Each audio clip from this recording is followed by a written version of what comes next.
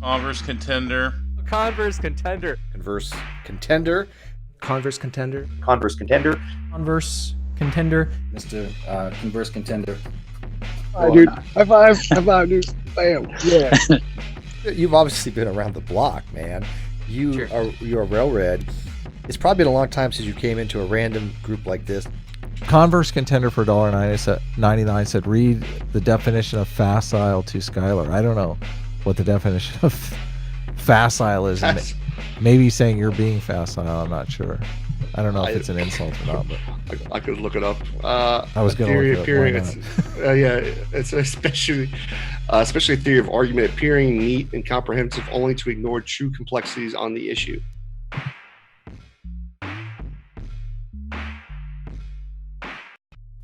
Recently, YouTuber Paulogias has put out a challenge called My Moral Challenge to Christians.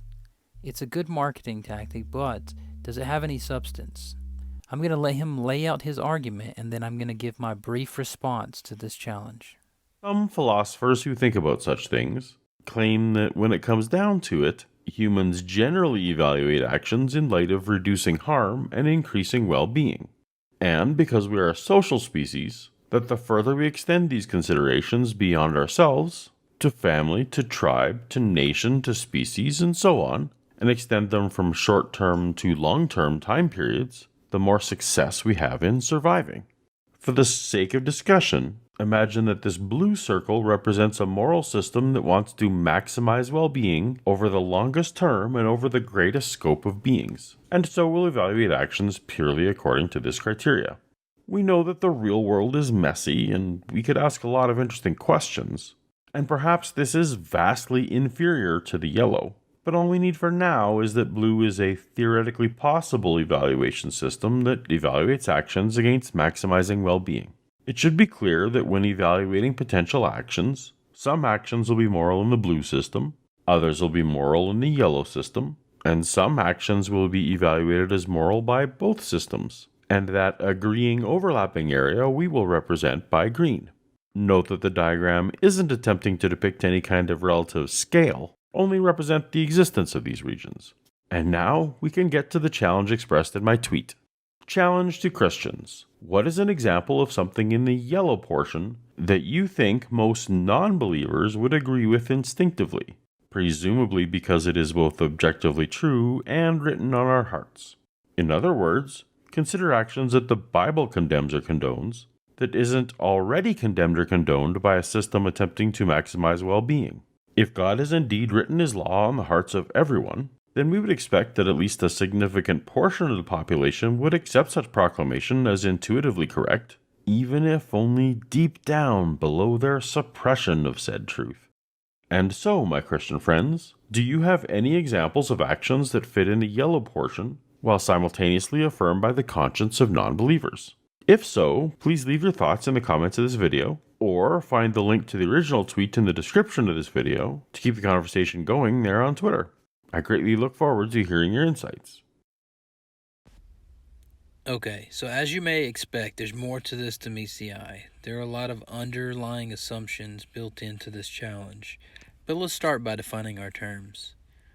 Let's say that biblical morality means something like extracted from the Bible, or derived from the text of the Bible, or exegeted from the Bible. And as far as maximizing well-being, let's let him lay it out in his own terms.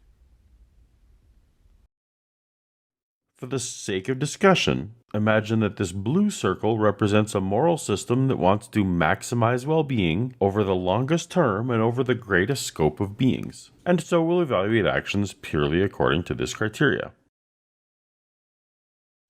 Okay, so although he doesn't actually define the term well-being, we don't need him to for our purposes.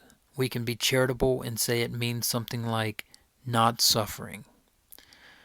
Now, he gives what the blue circle represents. He says it represents a moral system in which the aim is to maximize well-being over the longest term and for the greatest scope of beings.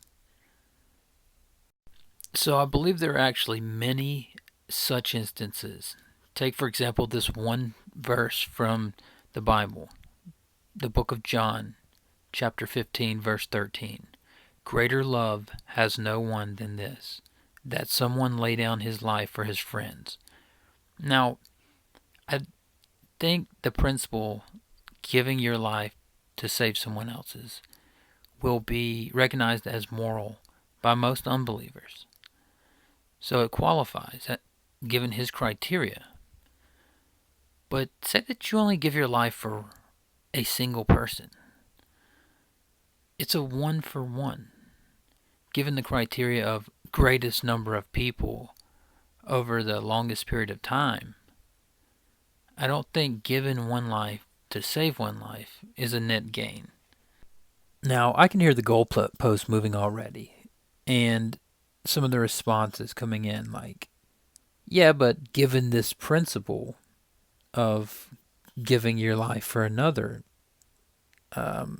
if it's applied over time, then perhaps there will be instances where some people will give their life for multiple lives.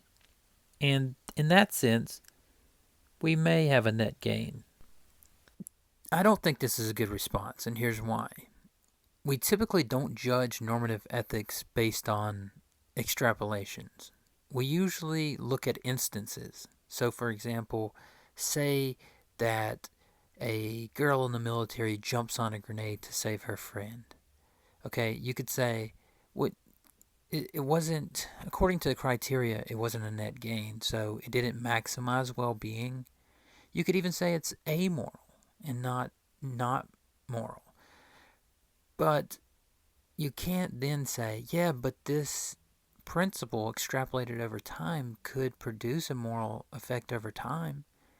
It just is a non sequitur because we judge instances of morality. And in this instance, you would have to say it's either not moral or amoral. Furthermore, you could say if she didn't jump on the grenade, perhaps instead of her dying, the person would have just been blown up by the grenade and would have lost some limbs and maybe had some trauma or other effects. But maybe they would still be here today.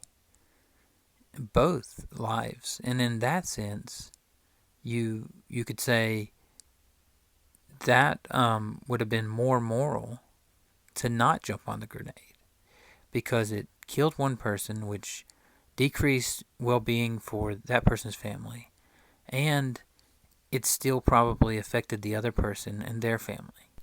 Also, one more point on this. If you did insist on stretching this out over time to see how the ethic would work, you would have to stretch out one person giving their life for another, not giving their life for a group, as to stay consistent with the instance or the example.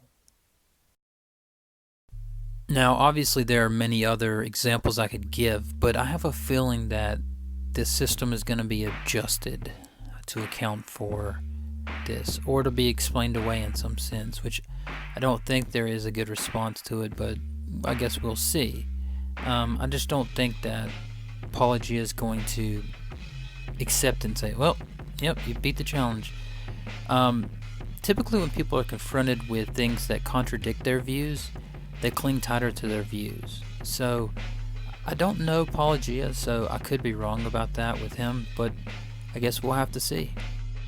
But I am definitely open to being proven wrong, so I'll look forward to the responses and comments, and thanks for watching.